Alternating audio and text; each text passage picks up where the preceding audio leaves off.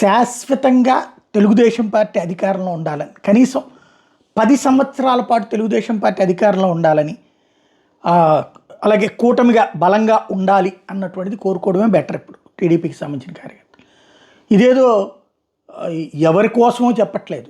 ఎందుకు అంటే ఎప్పుడైనా సరే మంచి చెప్పినప్పుడు చెడుగా అనిపిస్తుంది, లేదా ఆఫ్టర్ ఆల్ అనిపిస్తుంది.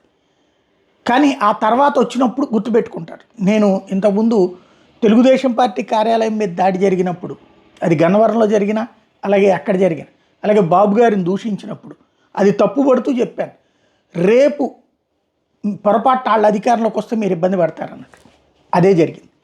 ఇప్పుడు కూడా నేను ప్రస్తావిస్తున్నా, రెచ్చగొట్టుడు చర్యలకి ఒక స్టేజ్ దాటిపోయింది, పీక్ స్టేజ్కి వెళ్ళిపోయింది. కవ్వింపు చర్యలు ముదిరిపాకాన పడుతున్నాయి.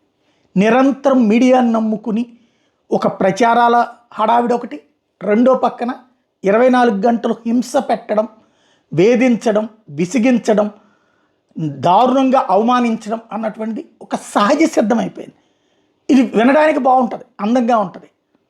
అదేంటంటే ప్రతీకారం అన్నటువంటిది పతాక స్థాయికి చేరితే నువ్వు అవతల వేళ మీద ప్రతీకారం చూసుకుంటే అవతల రేపు పొద్దున్న ప్రతీకారం తీర్చుకోకుండా ఉంటారా? దానివల్ల రాష్ట్రానికి ఏమైనా ప్రయోజనం ఉంటుందా? నిరంతరం తన్నులాట, నిరంతరం ఘర్షణ. తన్నినటువంటి వాడు ఇవాళ వాళ్ళని తన్ని పోలీసులు ఎదురుకుండా పోలీసులను కూడా తోసి అవతల పడేసి తగలబెట్టినటువంటి వాడు రేపు పొద్దున ఎలాంటి పైశాచికత్వంతో ఉంటాడు? అలాంటి వాడు ఈ సమాజానికి మంచి చేస్తాడా? వాడు ఎంత రాక్షసుడు అయితే అట్లా చేయగలుగుతాడు?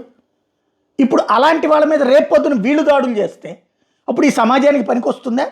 ఒకళ్ళొకళ్ళు తన్నుకు సావడమా ప్రజాస్వామ్యం అంటే?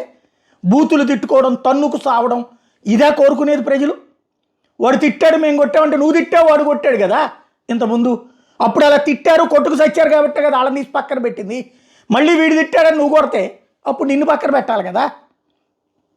ప్రజల ఆలోచన ఇక్కడ దృష్టిలో పెట్టుకోవాలి. ప్రజలు సీరియస్గా ఆలోచిస్తున్నారు, మర్చిపోతున్నారు.